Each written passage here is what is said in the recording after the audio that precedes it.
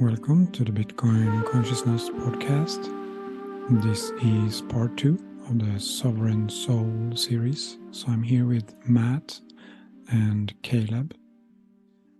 Today we will dive into the topic of abundance, as we are coming into more and more abundance as part of the Bitcoin consciousness. So if you imagine like a fairy tale where we have a tribe of people living together in harmony, living their true selves, enjoying life, keeping things simple. And then it comes an evil witch and throws a spell on the tribe that they will think that energy and resources all of a sudden are scarce, lack, that they don't have enough.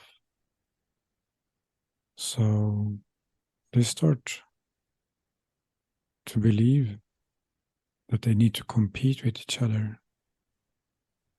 to be able to survive. It's just an idea, but they believe it so strongly that they base all their actions on it. And when the kids grow up a bit, they start telling the kids, yeah, this is a harsh world with limited resources. You need to think of yourself first and compete for the resources that we have here. Even though when you look around on the planet, nature is always abundant. Animal kingdoms in the wild are abundant. So it's just when looking in this tribe, they have these beliefs that it's scarce, and they raise their children in these beliefs, who raise their children in these beliefs. So it's like a completely different world from nature, because they have the ability to think for themselves, and they got this spell on them. And then one day, a child wakes up of this spell, looks at nature, and see that he's also part of nature. But he's also abundant, that we don't need to fight for resources. And he tries to tell the leaders of the tribe this. They just laugh at him, say that this is just fantasies. There's no such thing as abundance in this world. And this is how I see the world today, with everyone spreading the fear from generation to generation, while the abundance is just everywhere else we look, but just not in humanity. So I wonder, what's next for humanity? Will we wake up from this spell, or will we continue to believe in these beliefs?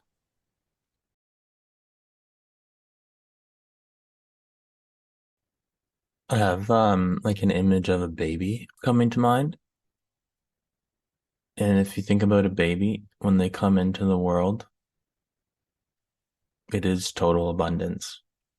In the womb, there's no sense of like there won't be food or there won't be oxygen. It's just totally present all the time. And then even outside the womb, the mother is always there, and she has the breast milk, and she's taking care of him and the father's taking care of him. And then at some point that ends and we enter the wider sphere of the social unit, and there's the realization that, oh, I have to pick an apple myself. I have to fend for myself, essentially. This starts to come in as we are pulled away from the mother, as we go to the next stage of child development. And I wonder, in our culture, even the birth process is quite traumatic, and it's not really the way nature designed it to happen. Like if you do a natural birth, from my perspective, it's a more a welcoming way to come in. And then you might get sent off to daycare after the mom, after the parents, hanging out with the parents for a year, 2 years. Then you're pulled away and you're in a group of people from all over the world. And I wonder if this heightens this sense of a lack of abundance, because there is this, in modern culture, a sort of quickening of the process of moving outside the mother circumstance, and the social unit doesn't really feel like a unit. So it's in these like rituals that we have as a culture that those beliefs have like a easier time settling within us, because the way the society is set up very much reinforces it. Matt, the amazing thing about becoming a parent, and I think a lot of parents experience it and don't even realize it, is that it is instinctual, unconditional love. When your child is born and you get to hold that little baby for the first time, it's just completely, words do not do it justice, the amount of outpouring of care and love for that individual. And after years of growing up, becoming an adult myself and then becoming a parent, it's amazing as this unconditional love, the light sort of fades throughout life and throughout life's experiences. But then the same thing that I was welcomed into the world with is triggered the next time that a new life is brought in. So it's sort of like full circle.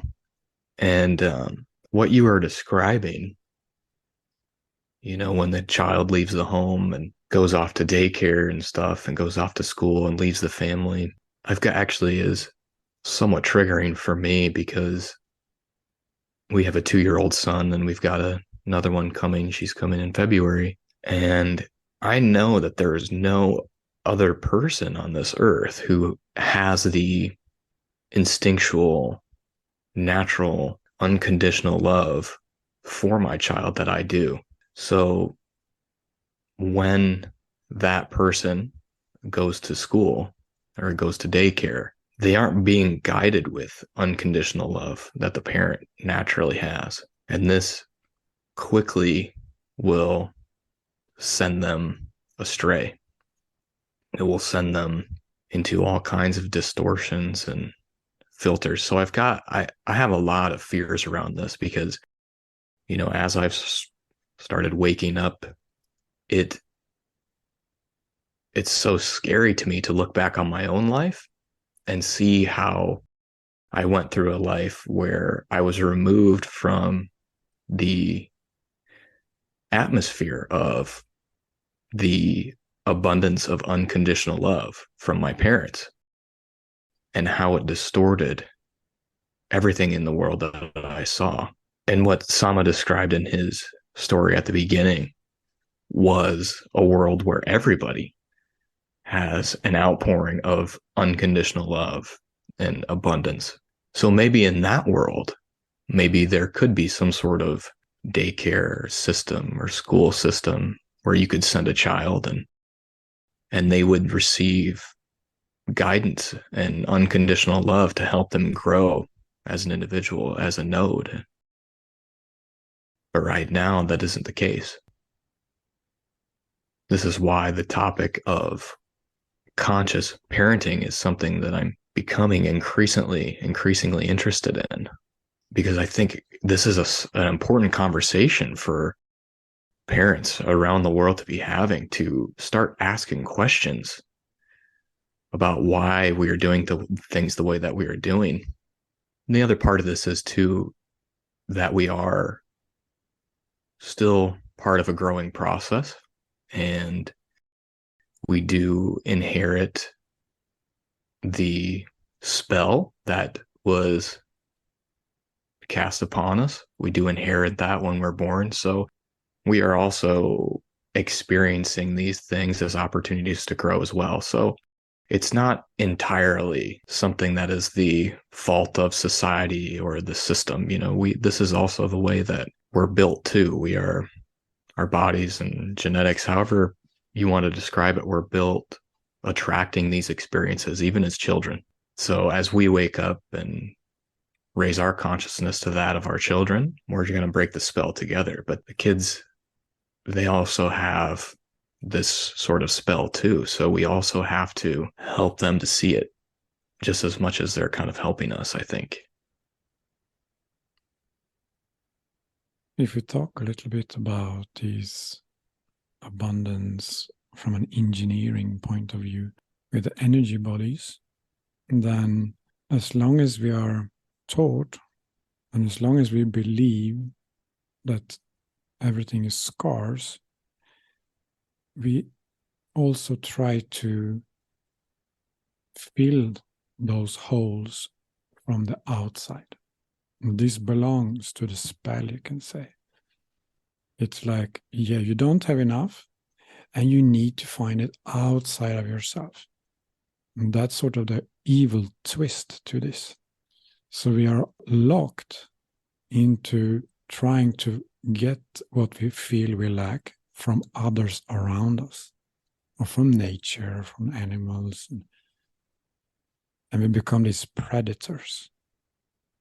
If we didn't have that belief that you should fill your holes from outside, and we look at nature and how they can be abundant, they are not abundant because they steal from each other, but inside ourselves, we have source, the pure source, the true source that is limitless, and it is abundant. So if we would have daycare systems or schools where it included teaching children how to tap into their limitless resource inside of themselves. So if they have a problem, or if they don't feel good or something, they fell or something like that, then sitting down with them and saying somehow that they can find the strength from within.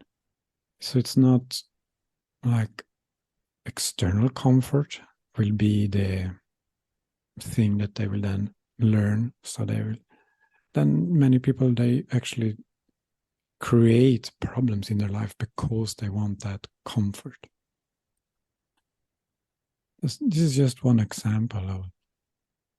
So if we teach our children that they have this sun inside of them, so if they feel sad, if they feel lonely, that they can just activate this sun inside of themselves.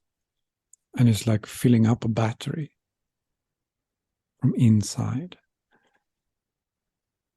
And coming back to the engineering structure of the energy body, where everything we need, everything we think we need,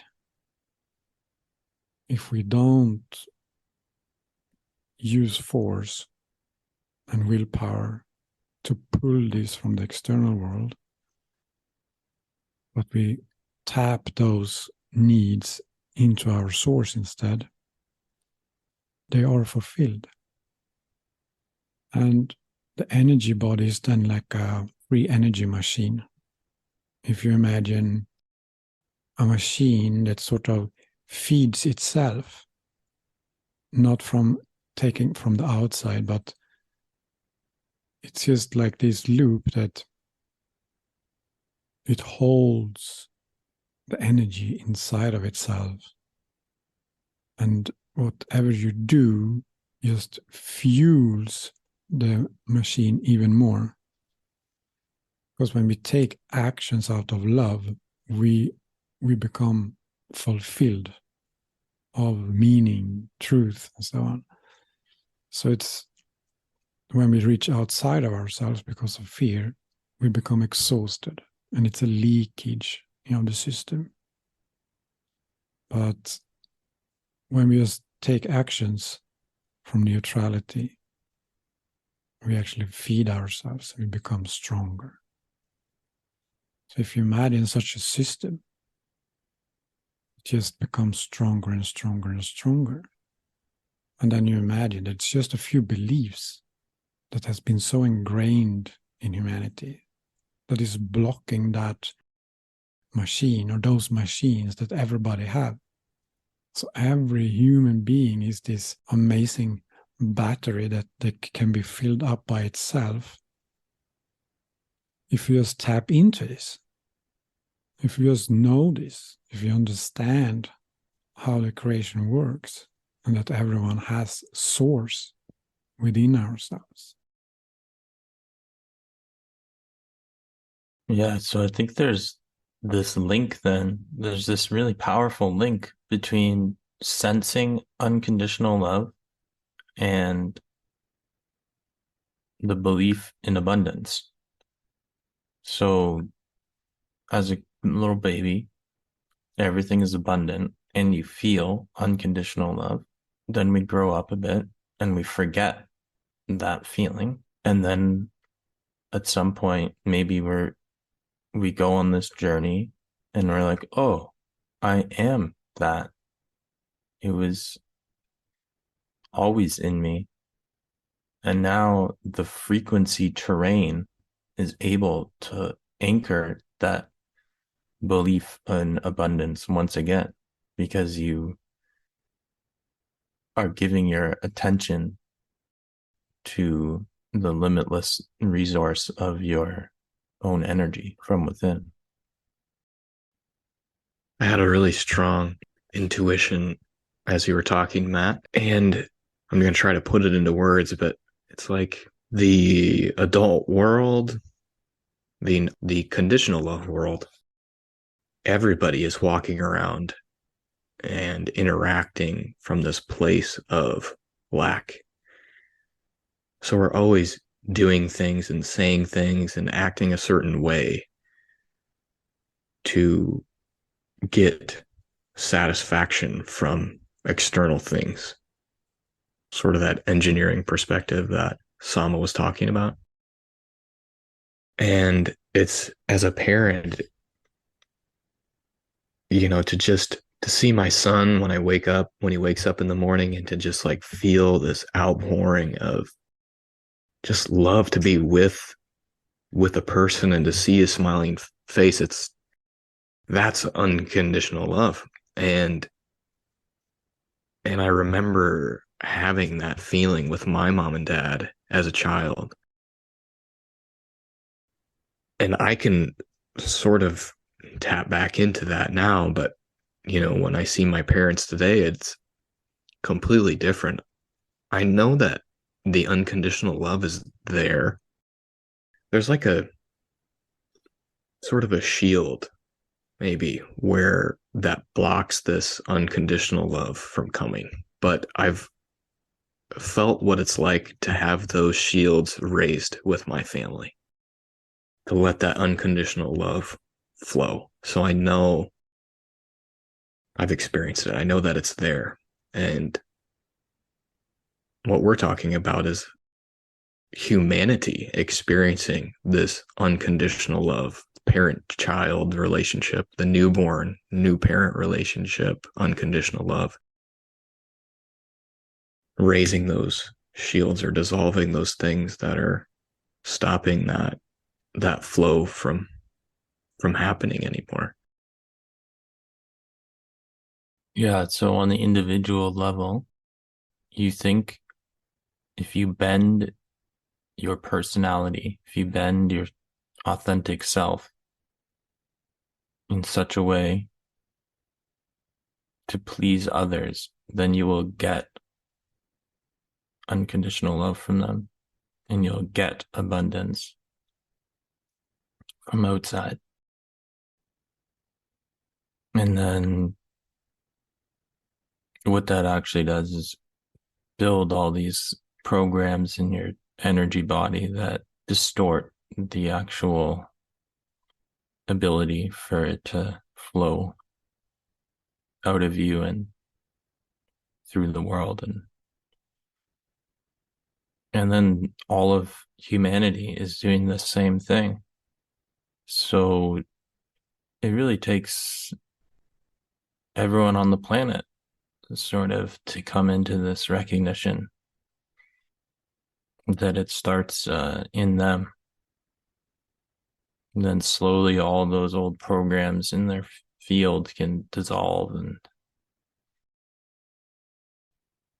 I think maybe where we get confused as children is we feel unconditional love, but we don't realize that it's coming.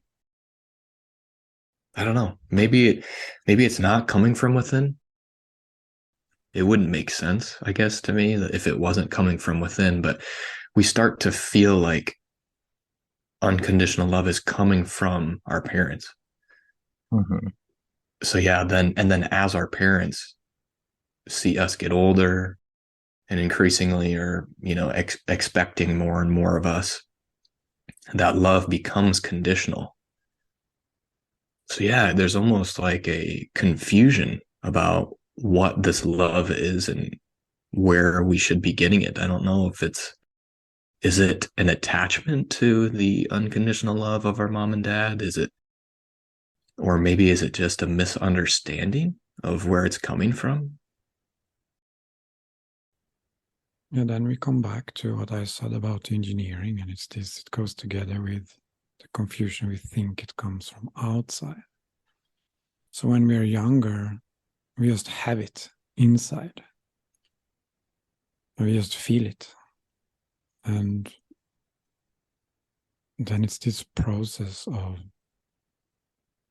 coming into the indoctrination that we need to have things from the outside. And we need to do things to get those things from the outside. So that's sort of where the gap starts. And then it just becomes bigger and bigger and bigger. So it's like it's this fundamental confusion. Between 5 and 10 is usually where this split happens, where the child sort of gives up and accepts the external world and the rules and starts this path of attention seeking, which then turns into wanting to have money in the end. And abundance is then later confused with having a lot of money. So they start at this young age, around 5, 6, 7 years old, to do things to get abundance. And that's sort of the program. And then when we are 20 and so on, we just, if I do even more, like if I work even harder, I will have even more abundance. And we equate abundance with money or status, power. So we sell ourselves, we sacrifice ourselves to get this, what we think is unconditional love, or what we think is abundance. So it's sort of just that basic confusion in childhood years just grows into very destructive behaviors. So then money in this current form, dominant form of money, is like as a collective belief structure, it is this sort of intermediary between the distortion of thinking abundance comes from the outside and the realization of that, the confirmation of that. Maybe we need to talk a little bit about the engineering of abundance and how spiritual people think it works. So everything is frequencies, and the world is like a hologram. So we need to move away from these beliefs on Newtonian physics, where things are things. Everything is connected, and everything has frequencies. So how you acquire resources is connected with the invisible frequencies. So if we don't use willpower and fear to take resources from the external world, then how do we survive? So the engineering part there is that when that frequency for that need, attention, for example, so we feel we need attention. It's like a hole inside of us. We're like, I need to have love. And if we stretch outside of ourselves, we try to pull it from other people. But people then start like, no, why are you like pulling me so much? And we find the origin of that hole, and we realize that that hole can be connected with our source inside, then that hole is healed. So it's like we don't need that attention from outside anymore because it has been filled from inside. And when we don't have that need, people just like to be with us. Because when we're needy, we sort of push people away. And when we're not needy, it's more pleasant to be with us. So that's one way how, like in an engineering point of view. So if we look at money then, money is just another resource. And it's just another whole. So when we heal that whole, often it is that we don't feel valuable, we don't have self-worth, or ultimately self-love. But when we start connecting with our source, that fear that we are not valuable, that hole is healed and filled with our source. So we feel valuable. So that changes our frequency from a fear frequency, I'm not valuable, I'm not worthy, to I am valuable, I am worthy. And that frequency is then emanated out into the world. So the signal coming out into the world is, this person has value. This is a valuable person. Let's hear what he has to say, or let's see what he can create.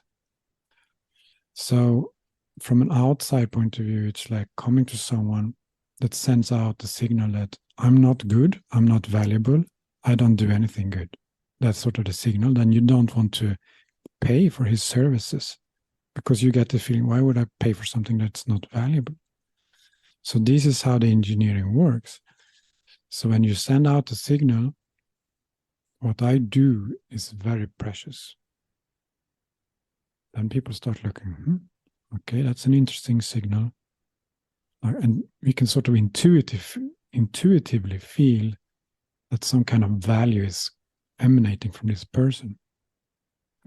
So we look at maybe the art he's doing, or the cooking classes that she's doing, or whatever. And we are drawn to it, and we want to do it, and we want to give our value in return for this. So the alternative to earn money is to sacrifice ourselves, is to do things we don't want to get sort of what we think is the equivalent of abundance, but it's sort of just a smidgen of abundance. It just sort of looks like abundance, but it doesn't feel like abundance. Yeah, I like your engineering perspective. Yesterday, I tried to sort of define and really rationally understand what fear is. And I kind of came to the conclusion that fear is the resistance to flow because it is an attachment. Because the basis of all fear seems to me to be whenever something is lost, that brings pain. So if you feel like something is a part of you, something outside of you is a part of you, and that thing, which is fleeting, really, anything physical is fleeting because the universe is just flow. So things will constantly change. And if you feel an attachment to something, such as money, it's really not you that's attaching to it. It's you building an identity around it and thinking that it is an external quantification of your value on this planet, when that's just simply not the truth. It's just a means of exchange, really. It's a tool. And if we can let go of all of those attachments that are sort of stopping energy flow and basically creating scarcity, then we can allow things to flow the way that they're sort of meant to be. And then we can create this world of abundance, because really the universe doesn't function in the way that physics describes it, which is the energy of a system is never destroyed or created. I think that if you look at the entire system that is the universe, we have the ability to bring in energy and manifest it into anything. So maybe the limit there is that the system is so much smaller than it actually is. So if you imagine like the planet Earth as the system, and you say, okay, there's only a certain amount of energy that is in the system that is Earth, we can't just add energy to the system because it's already here. Well, actually what we should be looking at is all of physicality is really the system. And we as human beings are these biological supercomputers which are able to absorb or to transmute the energy, the base energy of all of the universe, unconditional love, abundance. And we can pull it into our system and we can manifest whatever we want, whatever resources we need, whatever we want to create, we can create it. And it's not this system that is out of our control and that is scarce. It's so much more than our rational models try to comprehend. It can be a touchy subject probably for Bitcoiners because there is sort of the verification through all of Bitcoin is done through physics and done through energy. So this might be somewhat of a triggering idea to people, but we are talking about something that is slightly different than the way that the physical world works, and that the way that we physically move energy around on this planet. It's really pretty simple. Abundance is just flow. It's just letting creation work and letting God, letting love, whatever you want to call it, letting source just do its job and just work. And we create the scarcity by blocking that energy, blocking that flow. And a lot of that is because we're scared, we're afraid, we're attached to things, and we're afraid of losing them. We're afraid of losing this identity that we thought brought us what we thought to be love. Because really, what we desire more than anything, I think, as a species is just love. We just like are reaching and grasping, and we just want to be loved. And at some point, we got misled in our childhood, or some point in our lives, we've all been misled that love is this external thing.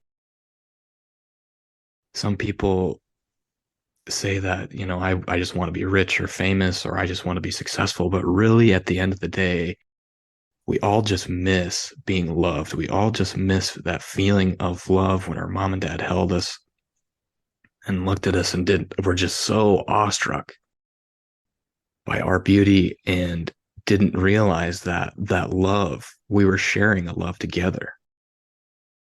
We were just as much a part of unconditional love as that person looking back at us. And we tried so hard because it went away.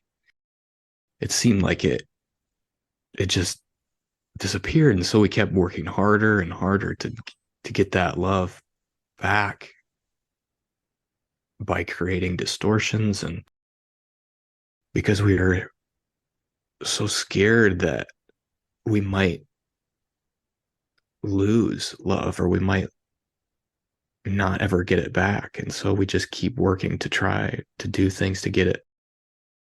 But it's within each of us. So we just have to let it flow again. We have to let it come from within, just like it did from the very beginning. It always has. It's always been there. We just have to let it come through again. Yeah, and when you're in the flow, there's always abundance because the place that it comes from is limitless. The source electrifying your flow is a limitless source. So Bitcoin's decentralization can be seen in two ways. I often think about the nodes creating decentralization around the world, as everyone have a copy of the whole blockchain inside. The other way to see Bitcoin decentralized is that it gets energy and everybody have sort of equal access to energy around the world. So this creates this decentralization that energy, this substance energy, can be extracted from wind, water, atoms, and so on. So people are encouraged all over the world to use their genius to figure out how to extract as much energy as possible in the cheapest way possible, because it's still a scarce world. So that's how Bitcoin miners operate. How to create the most energy for the cheapest price to mine the most Bitcoin. And this creates the decentralization because it's driven by fear, it's driven by greed, but it creates a decentralized network which humanity urgently need as a model for moving into the next stage of consciousness. So centralized structures is fear-based structures, lack, scarcity. And decentralized structures are unconditional love, abundance, it's giving, receiving. So if we look at it as engineers of a planet, then we needed to somehow infuse a decentralized network on this planet for humans to be able to start thinking about these things and start discussing what does it mean with decentralization. So you can see it like this, that it's evolutionary path, and the next stage is decentralization, or you can see it as a natural consequence of consciousness evolution, that everything is always growing, and so is consciousness. So it's coming now to this point on Earth where these more unconditional concepts with abundance and decentralizations become available to us. We start being able to visualize them. We start being able to create rational concepts that can explain them, so we can share these ideas with each other. So I see Bitcoin playing this important role in the evolution of consciousness, so we can tap into that level of consciousness and start relating to each other in that level of consciousness. And this is actually what this series is about. So, Sovereign Soul series. This is, we are 3 people, because 2 is a pair, but 3 is the smallest unit of a community. So what we're doing here is we are tapping into a decentralized structure for how to record a podcast, how to discuss ideas, how to share from the heart and listen with the heart. So thank you guys for joining me today. Do you have any last thoughts before we finish up? Yeah, I was just, as you were describing that, it was like, so consciousness is leveraging the programs created out of the centralized fiat consciousness, and it's using Bitcoin to like bootstrap the new consciousness out of the old one using the old programs, which is similar to how people talk about how they got into Bitcoin in the first place. They say, oh, I was greedy and number go up, but then I went really deep into the history of money and it made me go on this personal journey. And you can see it sort of playing out as a wider project of consciousness to leverage that centralized mindset to bring in the decentralization. Yeah, the more that I have conversations like this and the more that I think about it, the more that I see Bitcoin as this miracle that's just like you were describing, Matt, where it leverages our current fears and lack mindset to help us to evolve as a wider human consciousness. But ultimately, it will end itself, I think. Because when we get to that point where we all just value ourselves, we might not even need money anymore at that point. And the other thing is, will Bitcoin actually function without these incentives, without the lack and scarcity and fear incentives? Will it function anymore without that? I don't know. But it's definitely creating an exciting future.